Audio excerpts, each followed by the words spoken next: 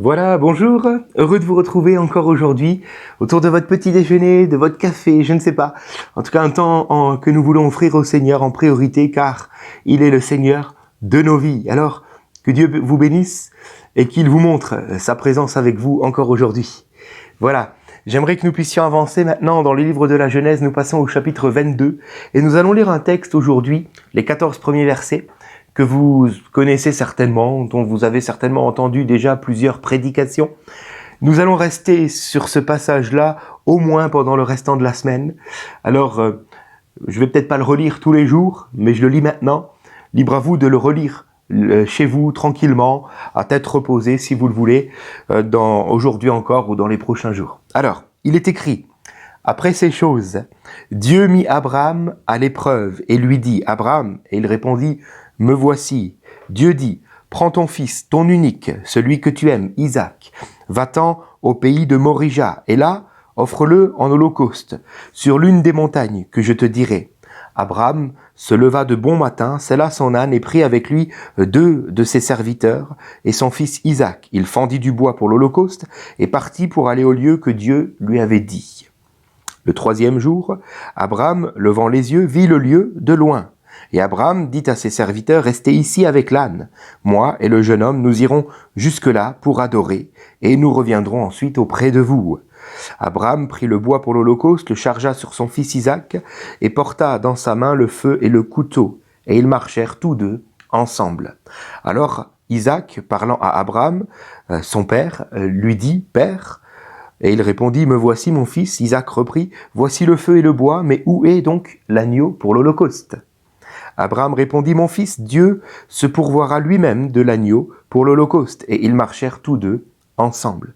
Lorsqu'ils furent arrivés au lieu que Dieu lui avait dit, Abraham y éleva un autel et rangea le bois. Il lia son fils Isaac et le mit sur l'autel par-dessus le bois. Puis Abraham étendit la main et prit le couteau pour égorger son fils. Alors l'ange de l'Éternel l'appela des cieux et dit: Abraham, Abraham. Et il répondit: me voici. L'ange dit: n'avance pas ta main sur l'enfant et ne lui fais rien, car je sais maintenant que tu crains Dieu, dans le sens du respect, et que tu ne m'as pas refusé ton fils, ton unique. Alors Abraham leva les yeux et vit derrière lui un bélier retenu dans un buisson par les cornes, et Abraham alla prendre le bélier et l'offrit en holocauste à la place de son fils. Abraham donna à ce lieu le nom de Yahvé Jiré. C'est pourquoi l'on dit aujourd'hui: à la montagne de l'Éternel, il sera pourvu. Amen. Voilà, jusqu'ici, amen. Alors c'est un texte difficile à comprendre humainement. On sent la tension palpable qui est là. Comment Dieu peut-il demander à un homme de livrer son fils en sacrifice? Une des réponses, du moins, est celle-ci. Dieu savait que finalement le sacrifice n'aurait pas lieu, n'est-ce pas? Mais il voulait comme éprouver Abraham, on en reparlera. Mais l'idée derrière, c'est le Nouveau Testament qui nous le souligne dans Hébreux 11, versets 17 à 19. L'idée derrière tout cela, Abraham, lui, n'en savait rien, mais nous, aujourd'hui, nous le savons, c'est que tout cela préfigure le sacrifice ultime de Jésus-Christ. Et j'aimerais aujourd'hui vous proposer de voir ensemble toutes les préfigurations que nous pouvons retrouver dans ce récit et qui concernent donc le don de Jésus à la croix. Pâques vient juste de passer et je crois qu'il est bon de pouvoir encore voir la main de Dieu en Jésus-Christ à la croix pour nous sauver. Alors, premièrement, parlons d'Abraham. Abraham, le père d'Isaac, qui donc préfigure Dieu le Père. Il est dit que, nous l'avons lu, Abraham accepte d'offrir son fils. Il accepte. Tout comme il est écrit dans Hébreux 10, 5, « Tu n'as voulu ni sacrifice ni offrande, dit Jésus dans le ciel à son Père, mais tu m'as formé un corps. » Le Père accepte d'envoyer Jésus sur la terre. Tout comme Abraham a accepté d'emmener Isaac jusqu'au mont jusqu'au pays de Morija. Romains 8, 32 encore nous dit « Dieu n'a point épargné son propre Fils, mais il l'a livré pour nous tous. » Donc Abraham, tout comme le Père Céleste, accepte de donner son Fils. Abraham, nous l'avons lu, va sceller son âne. Pourtant, c'est en théorie le travail d'un serviteur de faire cela. Mais c'est Abraham qui le fait lui-même. Tout comme il est écrit dans Matthieu 21, verset 2, Jésus dit à ses disciples, « Allez au village qui est devant vous, vous trouverez aussitôt une ânesse attachée et un ânon avec elle. » Car son Père Céleste avait déjà préparé l'âne afin que Jésus puisse entrer sur le dos d'un âne à Jérusalem pour y être livré et mis sur la croix. Donc Abraham va sceller l'âne, va préparer l'âne pour emmener son fils Isaac jusqu'au lieu du sacrifice, tout comme le Père Céleste aura préparé l'âne afin que Jésus puisse entrer dans Jérusalem afin d'y être donné en rançon pour nous. Il est écrit au verset 8e de notre lecture, « Ils marchèrent tous les deux ensemble, Isaac et Abraham marchèrent ensemble jusqu'au lieu du sacrifice, jusqu'au pays de Morija. » Tout comme il est écrit aussi dans Jean 8, 29, « Le Père est avec moi et il ne m'a pas laissé seul. » Oui, le Père a accompagné Jésus jusqu'à Golgotha. Alléluia. Alors peut-être vous dites-vous, oui Thomas, mais sur la croix, à un moment donné, Jésus va dire, mon Dieu, mon Père, pourquoi m'as-tu abandonné? Oui, mais là je vous renvoie au café à la fois de l'évangile de Marc. Sur notre page YouTube, vous allez dans la playlist et vous retrouverez tous les cafés à la fois. C'est parmi les derniers, puisque le sacrifice dans l'évangile de Marc, comme dans tous les autres évangiles, se trouve à la fin de l'évangile. Et donc parmi ces derniers, café à la fois de Marc, on avait parlé justement de cette parole de Jésus, mon Père, pourquoi m'as-tu abandonné, soulignant bien qu'en fait, certainement Jésus n'est pas en train de dire que son Père l'a vraiment abandonné, mais comme il est de coutume dans le milieu juif, il cite le début d'un psaume comme pour y faire référence dans sa globalité. Et donc Jésus, en disant « Mon Père, pourquoi m'as-tu abandonné ?» il est en train de citer le psaume 22. Je vous laisse le lire. Je vous laisse le lire et vous comprendrez pourquoi Jésus a dit cela à la croix. Car ce psaume 22 préfigure les souffrances de Christ et tout ce qu'il ressent à la croix. Alléluia. Mais cela ne veut pas dire que son Père l'avait abandonné. Au contraire. Ils sont allés ensemble jusqu'au sacrifice, tout comme Isaac et Abraham étaient ensemble jusqu'au sacrifice. Alors maintenant, passons à Isaac, qui préfigure donc le Fils. À 3 reprises dans Genèse 22, il est dit que Isaac est le fils unique d'Abraham au verset 2, au verset 12 et au verset 16e. Alors que vous le savez comme moi, Abraham a 2 fils, il a aussi Ismaël. Mais c'est précisé ton fils unique à 3 reprises. Pourquoi? Car il est écrit dans Jean 3,16, « Dieu a tant aimé le monde qu'il a donné son Fils unique, afin que quiconque croit en lui ne périsse point, mais qu'il ait la vie éternelle. » Alléluia. Oui, c'est le Fils unique qui est donné en rançon, le Fils de la promesse. Isaac est donné pour préfigurer le Fils unique du Père. Il est écrit aussi, en ce qui concerne Isaac, au verset 5e de Genèse 22, « Moi et le jeune homme, nous irons. » Le jeune homme veut donc dire que Isaac n'est plus un enfant. Il est déjà au moins dans l'adolescence. Et les théologiens s'accordent à dire qu'il doit avoir entre 15 et 20 ans dans ce passage-là, lorsqu'il sera proposé en sacrifice. Moi, j'aime à penser que ce ne serait pas surprenant, en tout cas, qu'Isaac en réalité ait 33 ans, l'âge du Christ, lorsqu'il est mort à la croix. Cela ne serait pas surprenant, en tout cas, n'est-ce pas? Alors comprenons quelque chose.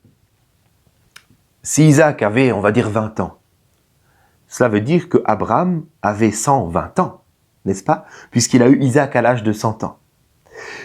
Donc, si Isaac, à un moment donné, aurait voulu faire un peu de la résistance, le combat n'aurait pas été très long. Vous êtes d'accord avec moi? Entre un homme qui est dans la force de l'âge et un homme qui a 120 ans, voilà, il n'y a même pas de combat en fait.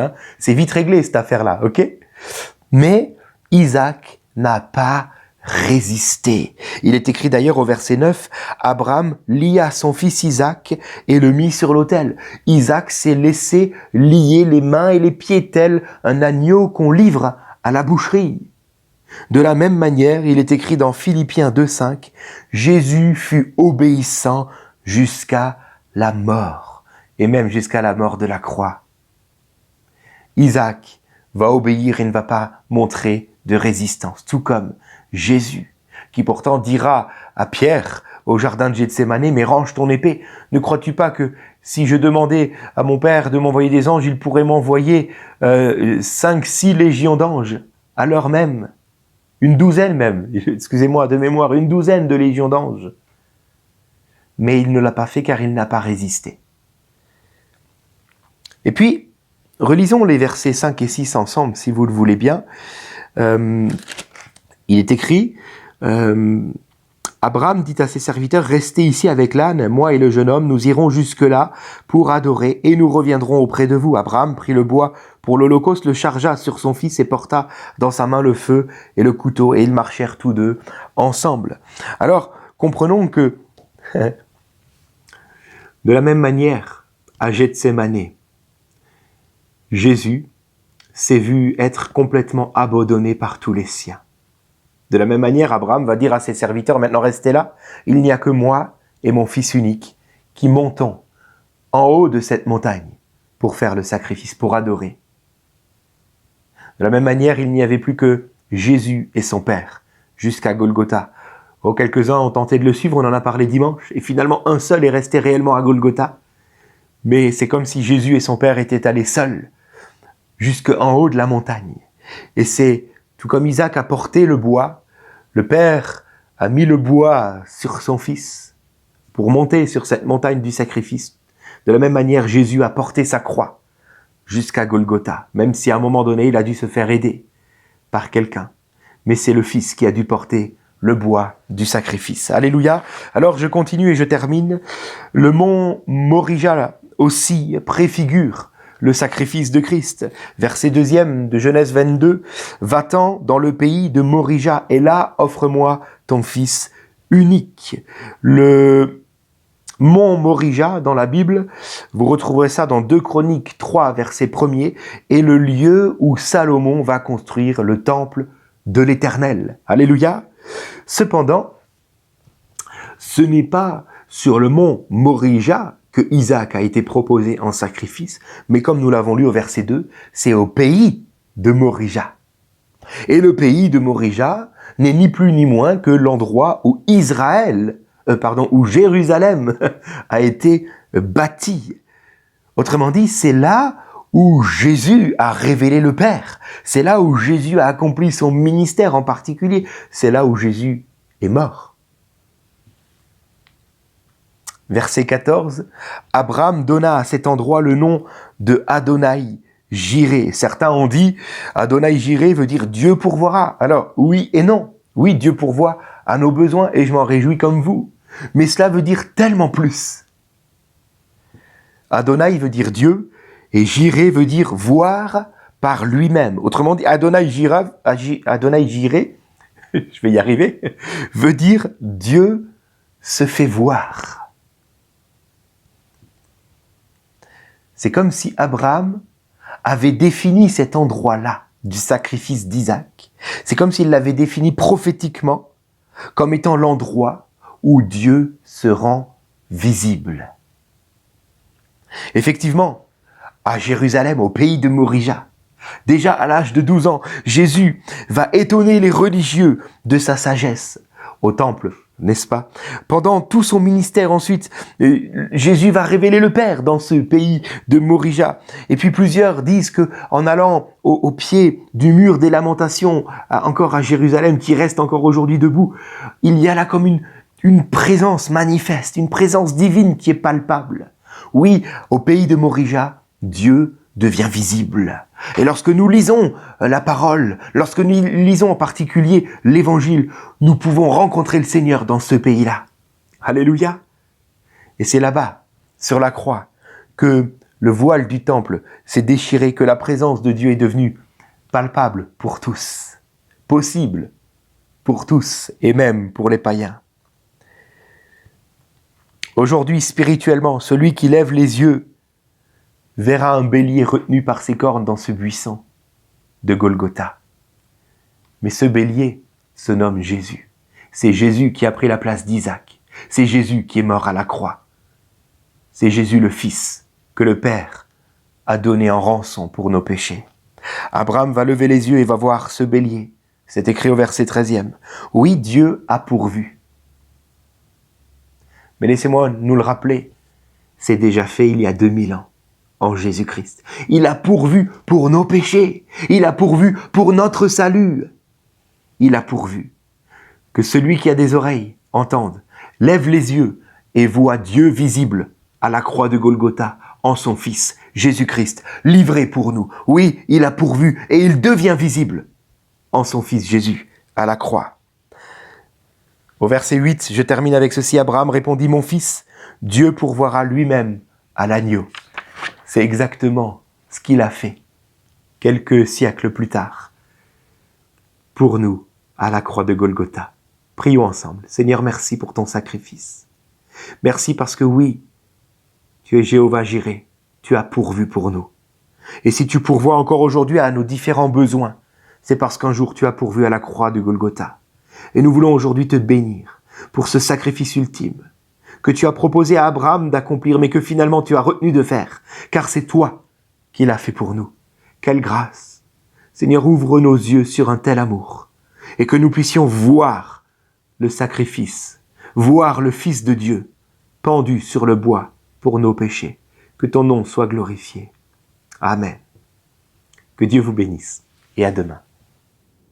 Je loue ton nom éternel. Seigneur, je célèbre ta bonté. Quelle joie tu vis en moi. Quelle joie tu viens pour nous sauver. Tu viens du ciel sur la terre, montrer la voie de la terre à la croix. Veillez pour moi, de la croix jusqu'au tombeau, et du tombeau jusqu'au ciel, je loue ton nom éternel. Je loue ton nom